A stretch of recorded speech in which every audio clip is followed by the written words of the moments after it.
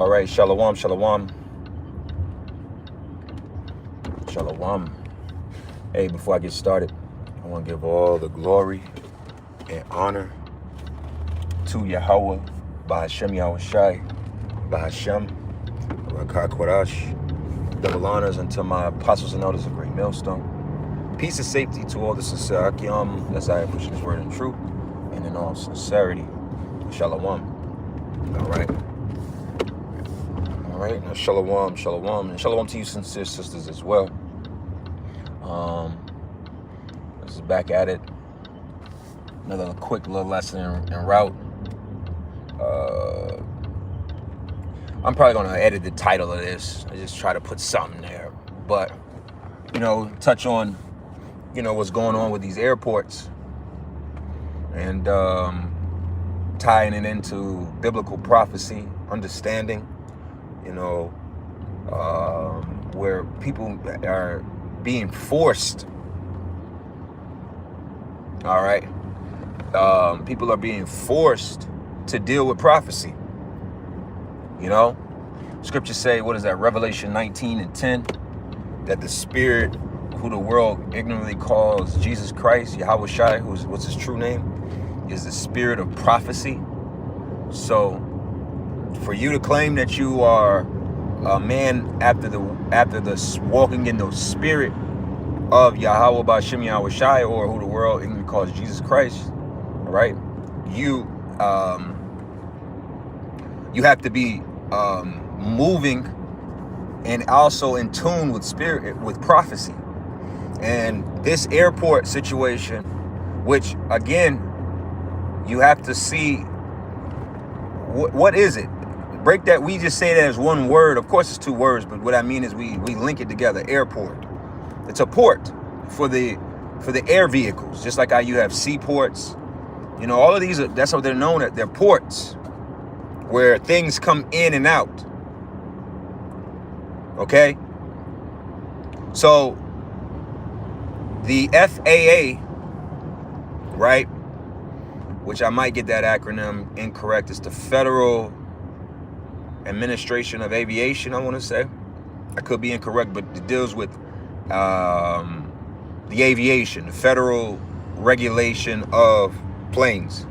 And because there's a shortage of TSA workers, air traffic control workers, all of these different elements within the airport, they're rolling out basically contingency plans to combat it in the senses of safety protocols, right? So they're starting out now with cutting 4% of total flights within, I think, 40 of these major airports. All right. So for instance, like here in Georgia, Hartsfield Jackson is the airport here. Every day on the local news, they're reporting all the cancellations and delays. And it's already been like yesterday and today, each day has been about 40 or 50 cancellations, right? 50 planes is canceled.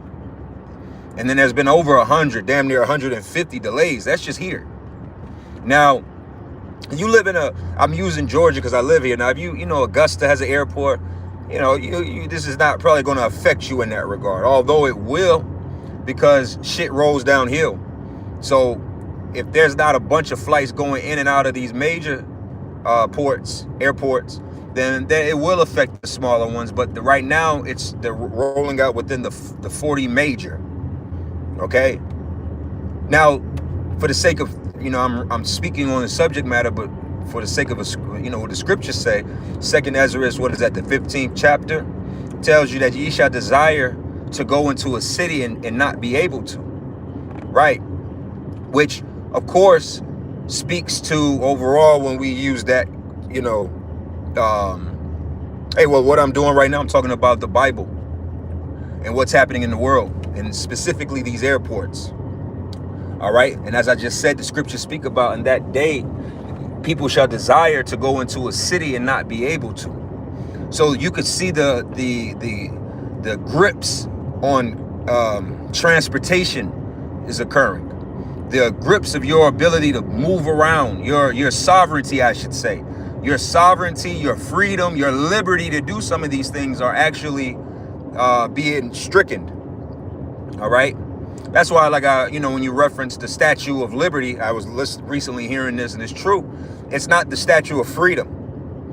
All right. And America has given its citizens these liberties for a long time. But as we're seeing, if you can't see, you should be able to see that the old way of doing things is disappearing. All right. Old America, what America was is long gone. It's done. That's why this shutdown is going to continue. All right. We were already into the longest shutdown in American history. Tuesday made that. It's Friday. It'll be Tuesday again. Add another 7 on 35. Be at 42. Then it'll be 48 probably. You see, this thing is just moving along, and people are carrying on because people have no other choice. But you can't see the fact of that pressure from above, pressure from below. This is going to slow down things just as much as everything else is slowing down things. But people, of course, they don't want to believe it. They want to, they'll scream fear mongering and blah, blah, blah, blah, and this, that, and the third. But again, on top of all the other elements that are being affected within this government shutdown, from SNAP benefits recipients, Section 8 recipients, I've been speaking on these different elements because a lot of people will always take the shallow approach. They go for the first shallow thing to point out, see, people eating free.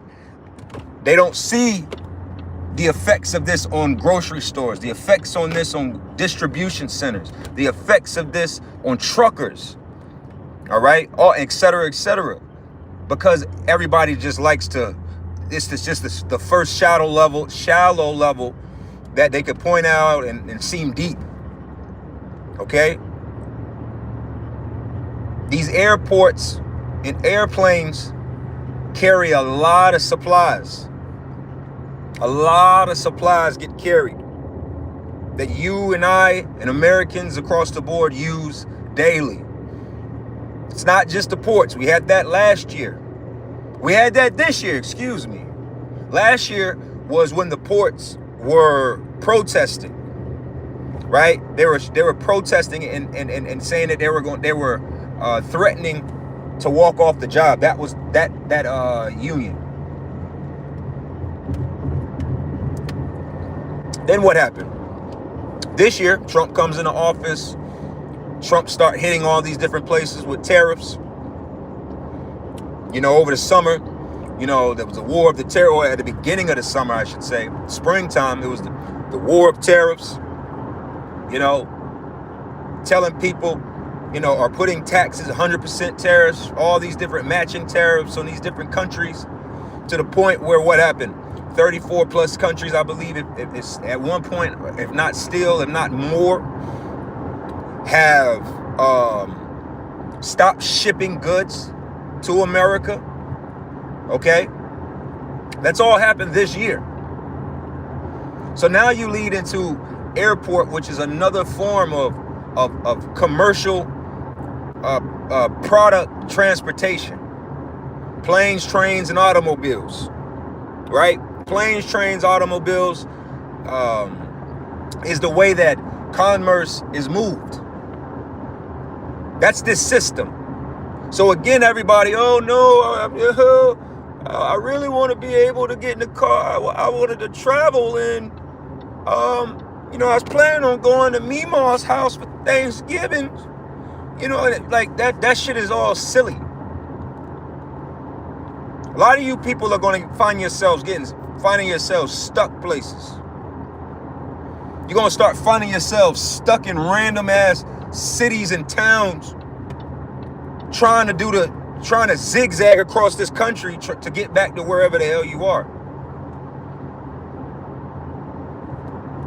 Now I will say, hey, brother, sister, whoever, sincerely, if you have to travel, hey, then may Yahweh B'Hashem Yahushua be with you. This is not every case is different. But if you don't have to travel, you probably shouldn't travel right now. You shouldn't probably put yourself in a position of being stranded somewhere. Okay? That's all this is going to lead up to. Like I said again, so far, they've cut flights by 4%. By 4. And people, you see these lines, you see these, hey, shalom, shalom, and you see these lines that they're showing. If you haven't, go look them up yourself. Go online and look. Go on TikTok. Go see these videos of people. Hey, 144, I'll praise you about you now. The airports that in Texas and Dallas and Houston, here in Atlanta, the long lines. This is just right now. The rollout is to get it to 10%. They're going to cut 1 out of 10 flights. That's their goal. That's the plan. Like I said, this is not mine. You can look this up yourself. This is where it's going to. Right now, it's at roughly 4%. They're rolling it out. And here's the kicker. For the airlines that don't oblige this request, they're going to start suing. They're going to start fining the airlines $75,000 per flight. See, it's a safety thing. You got hundreds of billions of dollars every day of just airplanes in airports. You got to make sure everything is safe. Anything could happen. A nigga be tired and fucking direct a plane into another plane or some shit. Then you got to remember, again, this world always does a great job of keeping you in this rat race of a mind and always scrolling, and you forget all of these things. You forget that last year as well, these airports were having a lot of protests and people protesting their job. The pilots were staging walk-offs. TSA, the air traffic, all these different elements. If nothing, again, like I said, I was saying this a few weeks ago in reference to the food stamp right before November 1st came in. I said, hey, unless some miraculous agreement spirit comes over all these politicians and they vote to open back the government, it's only going to get uglier between now and Thanksgiving. See, today's the 7th, right? So what is that? Today's the 7th, Friday. So next Friday will be the 14th. The following Friday will be the 21st. So about 2.5 weeks, because the next Friday after that it'll be the 28th. 3 weeks from now will be the 28th. But I think Thanksgiving falls on the final Thursday. So that's like the 20, what would that be? Friday the 28th. That the 27th, if I'm correct. So a little over 2 weeks we have until Thanksgiving. See, here's the kicker. Those with a level of sense, common sense, those with a little level of thought in their mind, they're observing all of this. Even if they're not in the truth, they're looking at all of this and they're saying, you know what, man, we might want to chill out this fall, this winter time. We're gonna keep it at the house. Yeah, it's like, that's considered being circumspect. But we already know that the majority of these people are idiots. And they're just going to continue to consume, continue to participate in this stupidity. They can't help themselves. They're programmed. Okay? So, when it comes down to it, they're going to continue to do this. You already know these airports. Well, I'm going to go see grandma. Well, I'm going to go see you. I'm going to go see Pawpaw. Right? I don't care until niggas is stuck in the airport for a week. 10%. That's the rollout. If it gets to a point where they feel like they got to increase it more, they will. Imagine 10% of all flights just now being canceled. What's that going to do to the other flights? Again, let's go back to our economics. See, the Bible is very much so an economic book as well. A lot of prophecy is surrounded around economic subjects. So what does that do? Simple supply and demand, correct? If the supply of flights go down, if you went from having 100 flights priced at $100, that's the price. 100 flights at that demand, the demand and the supply of flights equal out at about $100 a flight. But if the demand goes up, right? The demand goes up, but the supply went down. The supply for those 100 flights went down to 90. But 100 people need flights. Simple supply and demand. That means the price can't stay. The market cannot allow that price to stay at $100. See, don't be surprised if the distractions of all of this becomes the government has to step in to deal with price gouging and things of that nature, because it's a natural thing. These prices of flights are about to skyrocket. Why? Because that's the economic order of things. It has to.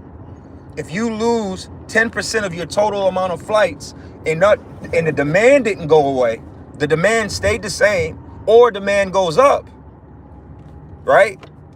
Because people have a strange way of reacting to things. When people tell you can't do something, that makes people want to do it. So now you have people that, oh man, the flight issue. Now you want to fly. Now you want to fly somewhere. Now you had a plan to go somewhere type shit. Right.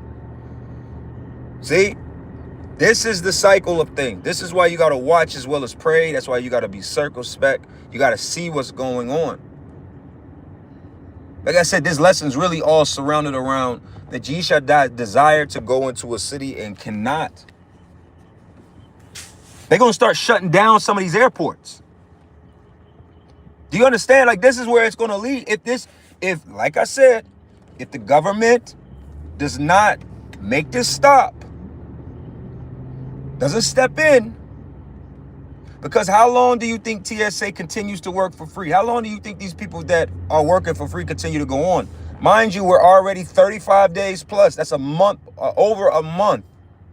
I don't know about you, but I couldn't and I wouldn't work for free for a month unless it's my business, right? It's my business. And I have to defer the money because it's a contractual thing in that regard. Now, granted, I understand the federal employees are under a federal contract. I get all of that. They agreed to this shit. But at the end of the day, if that agreement is not, it's one thing a week. It's one thing a week. It's one thing 2 weeks. But now we're entering into 5 weeks, 6 weeks. 7 weeks of going to work 40, 50 hours. How long do you think the morality of a person lasts before a person says, man, fuck that shit? How long do you work for free? And then until you say, man, fuck that shit. And that's where these people are. They're not going to continue. That's another reason why they have to cut back. They again have to maintain safety, security.